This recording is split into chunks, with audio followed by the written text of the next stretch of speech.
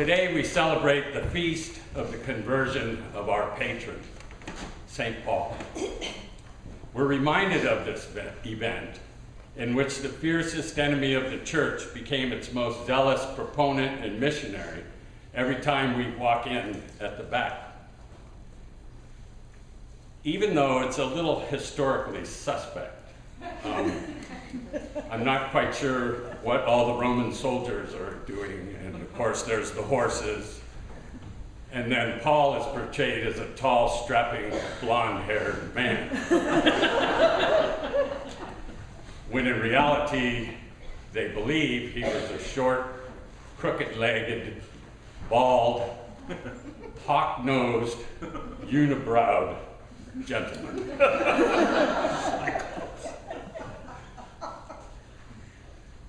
Even though,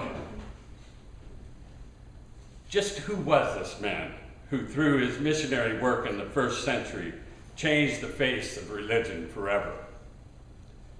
Mark Allen Powell, in his book, An Introduction to the New Testament, describes him this way. Paul remains a towering figure of intellectual brilliance, regarded by secular and religious historians alike as one of the greatest moral teachers of history and as the most influential Christian theologian who ever lived. Jonathan Edwards refers to Paul as the most fruitful and thrifty of the apostolic branches to shoot forth from the trunk of the risen Christ, so that the bigger part of the future tree came from this branch. Paul took the message of Jesus to the world. By the end of his career, those people who believed in Jesus were organized into churches scattered throughout the Roman Empire.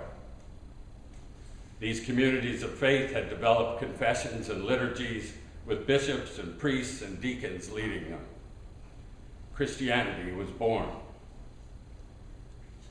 To perhaps get a clearer picture of who this self-proclaimed apostle was, we should start by looking at his life before he was converted and why he was such a zealous persecutor of this new sect of Judaism, known in the beginning simply as the Way. We can discover a great deal about him by examining Luke's accounts of the early church in his Acts of the Apostles, and of course in Paul's own letters to the different fledgling churches of the day.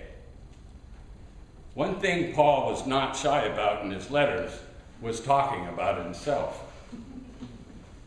In fact, this boldness in telling his story is one of the ways scholars can discern if a letter was truly written by Paul or by someone else in his name. In Philippians, Paul claims he was circumcised on the 8th day, a member of the people of Israel, of the tribe of Benjamin, a Hebrew born of Hebrews, as to the law, a Pharisee, as to zeal, a persecutor of the church, as to righteousness under the law, blameless. Confirming that before his conversion, Paul was a Jew, but not just any Jew. As Luke asserts in Acts, a Jew born in Tarsus in Cilicia, but brought up in Jerusalem at the feet of Gamaliel. Gamaliel was not just any Pharisee. He was supposedly the Pharisee, leader of the Sanhedrin and a doctor of the law, which tells us that Paul also was not simply a Pharisee, but one with a very deep and unshakable knowledge in the law. Luke also claims Paul was a Roman citizen. That's disputed now by many because of Paul's propensity to not be shy about his credentials. He doesn't mention being a Roman citizen in any of the letters attributed to him. This is something many believe he wouldn't have left out if it were true.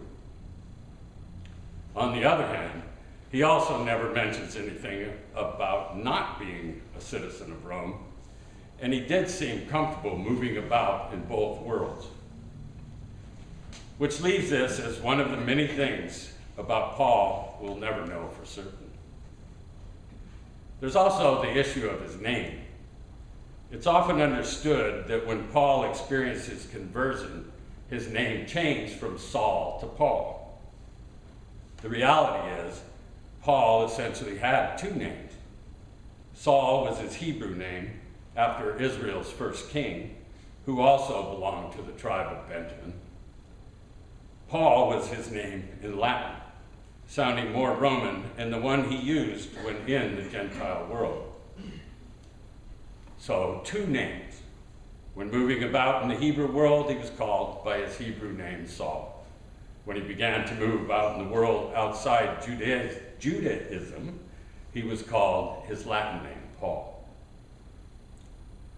So why was this Pharisee, this lover of Hebrew law, persecuting the followers of the way, becoming the wolf among the sheep?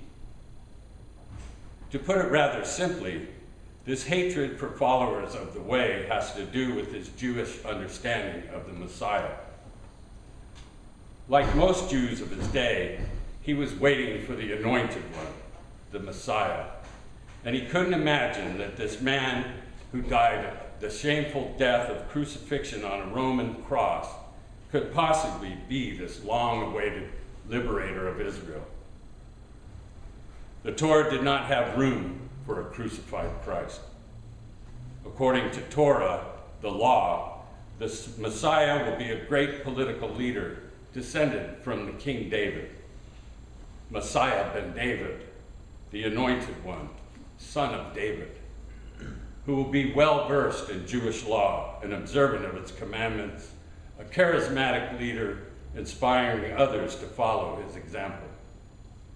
He will also be a great military leader who will win back Israel for the chosen people of God, and a great judge who makes righteous decisions. But above all, he will be a human being, not a god, demigod, or other supernatural being. This is the Savior Paul was waiting for, not some crackpot whose followers claim that he is the Son of God, yet ends up being hung on a cross to die. He couldn't tolerate how these followers of this new sect, who looked to Jesus as the Messiah, were turning the world as he knew it upside down and backwards. His mind was shut tight against any and all reinterpretation of what his tradition, the law, had taught.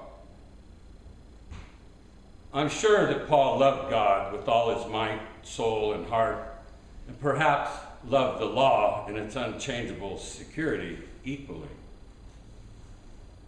Or perhaps he had come to put his love of the law above his love of God. This new way was simply too radical a notion for him to wrap his mind around. Everything was the opposite of what he had been taught all his life. It couldn't possibly be true. He was unwilling to change. He wasn't prepared to accept the idea that there can be more than one path to God.